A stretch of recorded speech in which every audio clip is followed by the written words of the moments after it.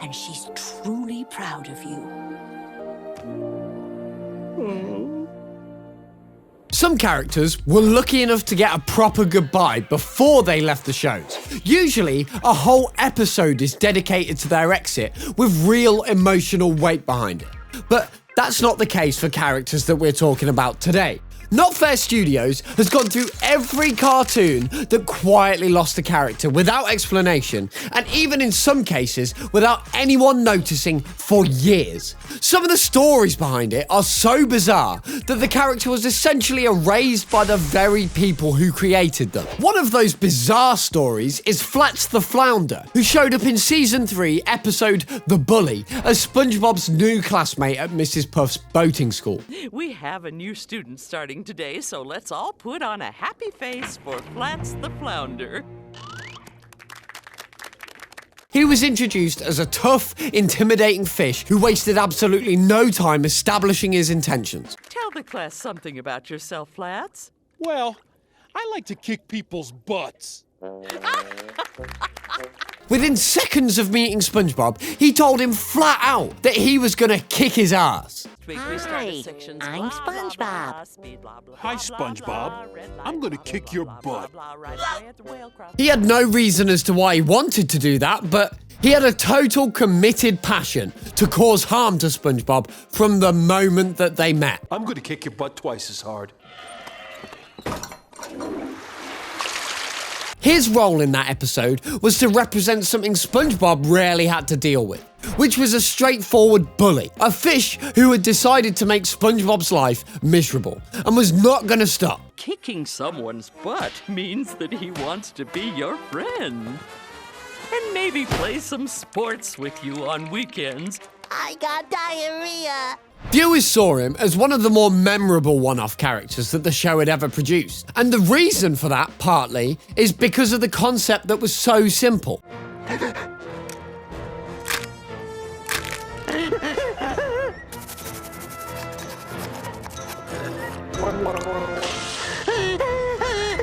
And also because of SpongeBob's complete inability to be hurt physically, made the whole situation accidentally hilarious. Didn't you hear me? I said I'm ready. That tickled. After that episode, Flats essentially stopped existing in any way that he did previously. He appeared in the background crowd shots occasionally, but he never spoke again and never got another storyline of his own.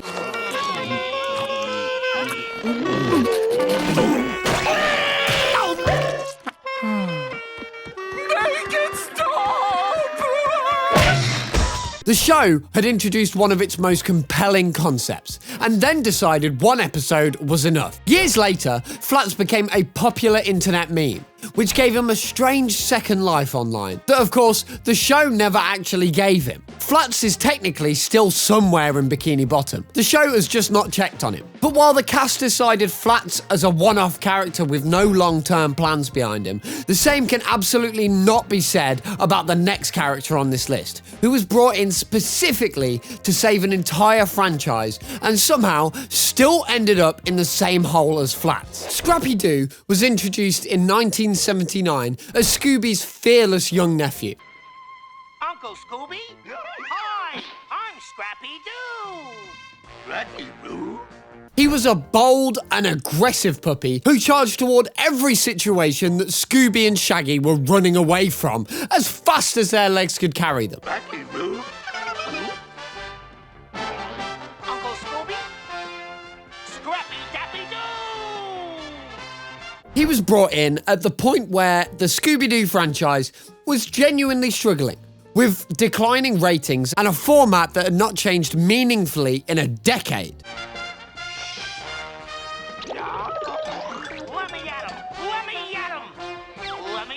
Scrappy-Doo's role was straightforward, and it worked immediately. Those bugs just lifted your uncle, Scrappy.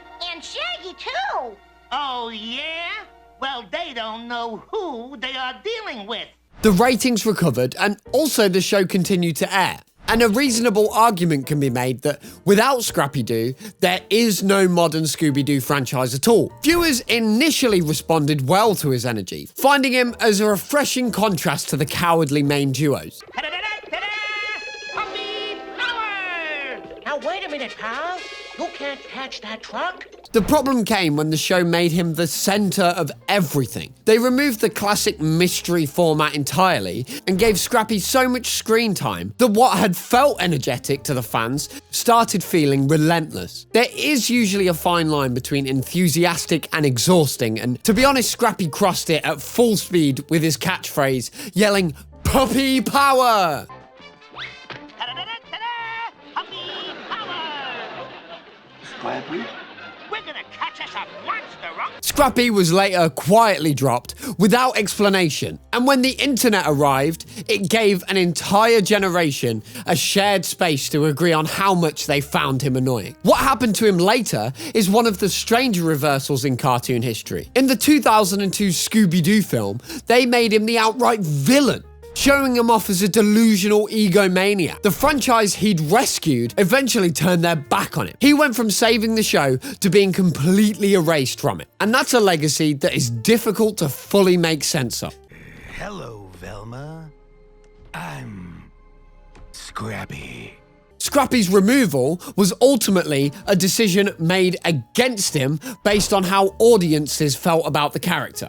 But the next disappearance on the list could not be more patient, because it was made out of nothing but respect for the people behind the characters, and the show SpongeBob SquarePants deserves a huge credit for that. Mermaid Man and Barnacle Boy were introduced early in SpongeBob's run as the show's elderly retired superheroes. They were these two characters living in a retirement home in Bikini Bottom who were treated by SpongeBob and Patrick as actual living legends. It's Mermaid Man, savior of the deep, and his young fit servant Barnacle Boy. They were a parody of classic comic book heroes, and they worked beautifully across multiple episodes. With a natural chemistry between the two performers, they made every appearance genuinely enjoyable. Mermaid Man and Barnacle Boy, unite!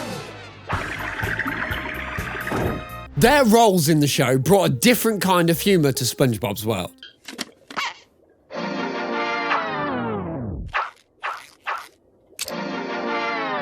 Viewers love them consistently, and their episodes remain among the more fondly remembered in the show's earlier seasons. Through the double doors! Away! Those are these guys. I told you I'm not hungry, Mermaid Man. The chemistry felt real because it was built on a genuine bond that came through very clearly in every scene. We've got to keep up our strength for the fight against evil!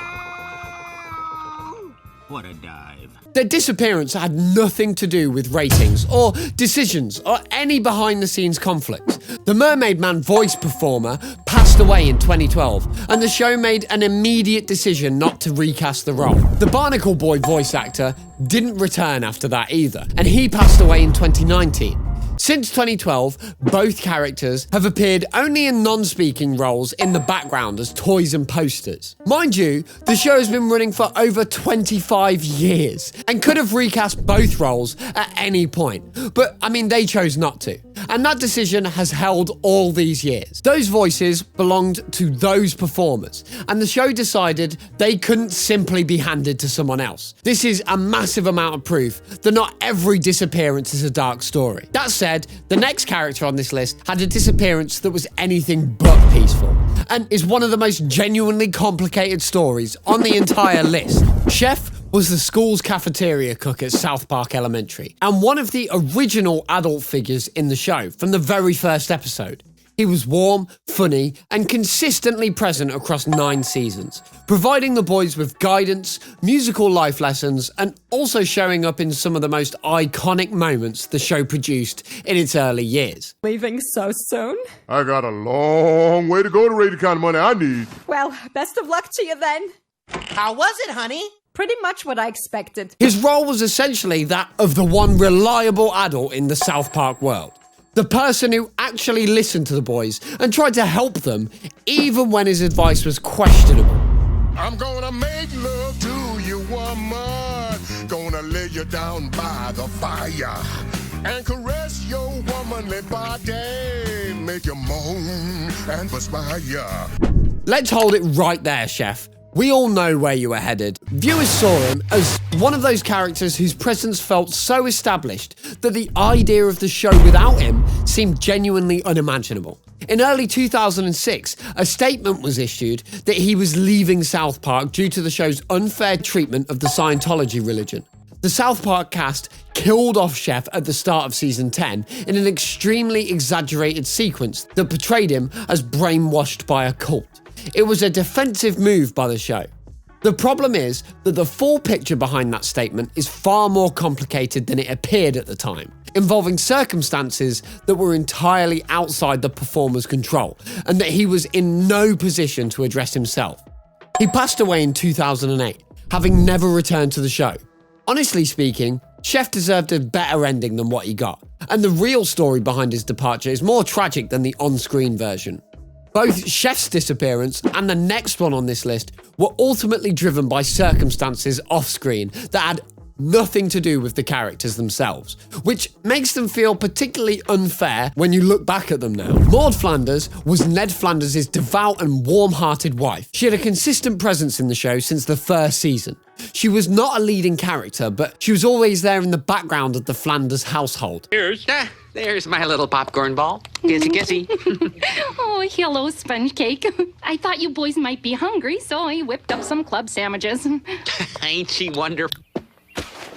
They say your folks can't pay the rent, so we're watching you by act of government. Her role on the show was that of the moral anchor of the Flanders home. She was the counterpart to Ned's enthusiastic, over-the-top religiousness. Also, her presence grounded the family in a way that the viewers came to take for granted without even realizing it. Nettie! Nettie! The Simpsons operates almost entirely on a reset button, where nothing sticks and most of the consequences are not permanent, which is what makes what happened to Maud so unusual. She was killed off in the episode Alone Again, Natura Diddley, after being knocked off the bleachers at the Springfield Speedway by t-shirt cannons which were aimed at Homer, but he ducked at the last moment, leading to Maud's devastating death. Ooh, a bobby pin! Maud? And unlike virtually everything else on this show, it stuck. And after that, Ned became a permanent widower. And still after 25 years later, Maud is still dead, appearing only in flashbacks and occasional ghost sequences. I am. Whether you noticed her or not, Maud was always there. And we thought she always would. The reason behind her removal had nothing to do with the story, and it had everything to do with a contract dispute with the person who voices Maud. The show killed Maud off rather than rewrite around her absence, and in doing so, they accidentally created one of the only lasting consequence in a show famous for having none. Her performer eventually returned to voice Maud in flashbacks and ghost appearances after a new agreement was reached with the cast, but the character herself was long gone by then. Maud at least got a death episode, even if the reasons behind it were entirely off-screen, while the next character on this list didn't even get that much. Kevin Swanson was Joe and Bonnie's son. He was a recurring support character who appeared comfortably throughout the Family Guy's earlier seasons as part of the Quahog neighborhood that the show built around its core group. So, do you like music? Oh yeah, I played guitar in a band before we moved, but it interfered with my studies. What do you listen to? You first. I'm into Garbage, Fish, Blur. My parents... He was never a lead character in the show. Don't like me listening to that stuff, but I do anyway, because I am not a robot!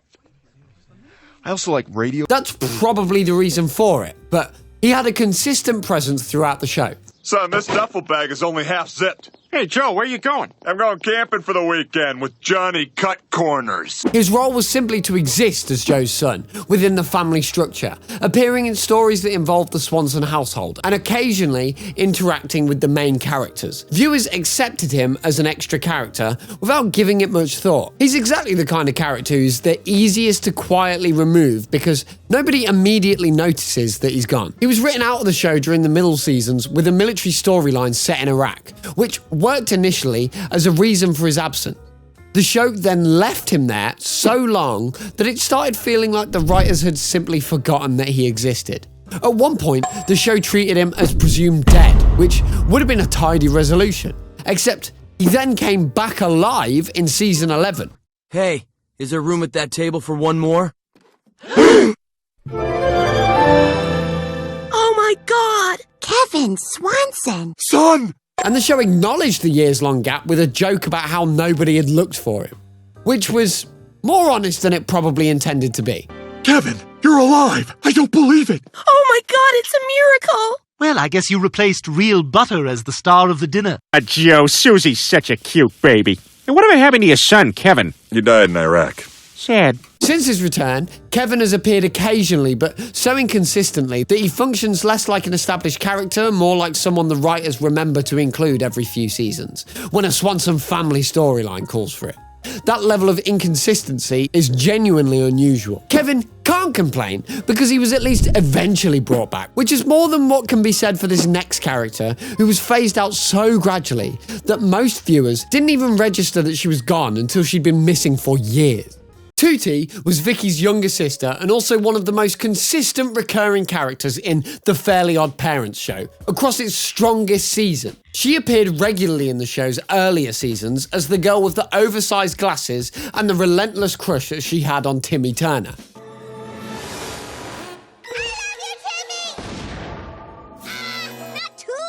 Timmy spent every encounter desperately trying to escape, which most of the time usually went unsuccessfully.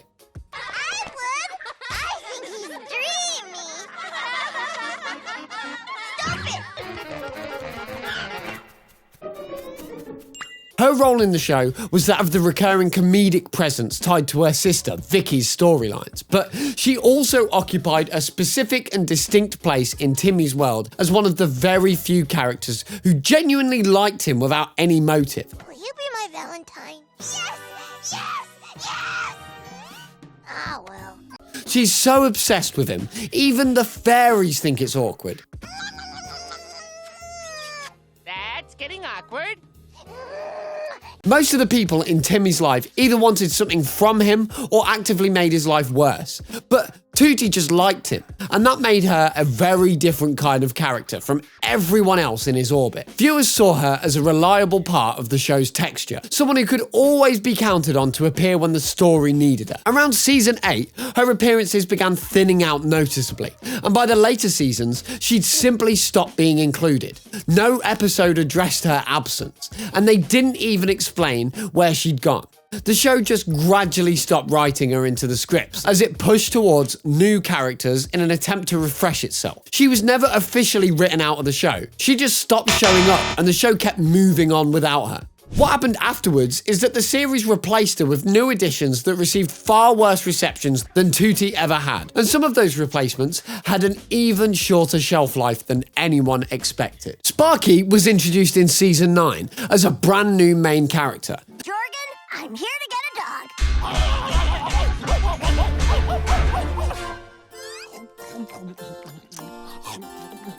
Sparky is a talking magical fairy dog with a wand in his tail, who was positioned as a significant and lasting addition to Timmy's world. Sick boy, speak. What do you want me to say? I know a lot of words. It's a talking dog. I gotta have him. His debut episode was called Fairly Odd Pet, and the show presented him with the kind of fanfare that suggested he was going nowhere anytime soon. Hey, what about this guy? He's super cute and friendly. His role was meant to be that of the chaotic but lovable new companion for Timmy. Sparky was added as someone whose magical dog energy would bring a fresh dynamic to the show. The network wanted a new character to attract younger viewers, and Sparky was the answer that they came up with. But viewers didn't agree with the assessment. I don't know, Turner. Sparky is a lot of work. He has been brought back to the pet store more times than Cosmo. The feedback that came back from the fans of the show was immediately and consistently negative, with most of the audience finding him unnecessary and disruptive in a way that added nothing the show didn't already have. You're my new owner?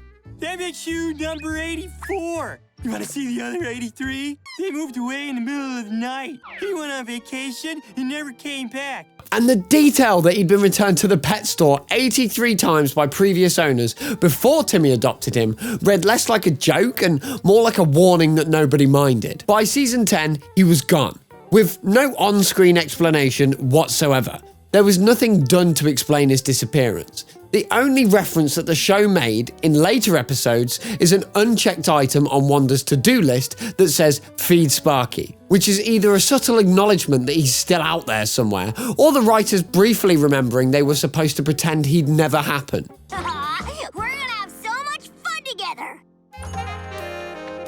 Sparky was introduced as a character who would change the show and was removed from it without a single word of explanation, which makes him one of the cleanest examples of a disappearance on this entire list. When you look at all of these together, the range of reasons behind their disappearances is striking. Some left because of circumstances entirely out of anyone's control. Some disappeared because of disputes that had nothing to do with the characters themselves, and others were quietly phased out of the show, while the show chased new directions that didn't work, leaving behind the originals that had actually been working all along. What connects all of them is the absence of any real goodbyes and a last appearance that nobody knew at the time was going to be the last one. After which, the show continued as if the character had never been particularly important. Some of them genuinely were important, and looking back at the list, some of them definitely deserved a great deal better than what they got. If there's a character who we missed, who belongs on this list, tell us below, because we're already looking into the next one. Subscribe, or you might end up disappearing just as quietly as these characters did. We're kidding, obviously. Or are we? Cheerio.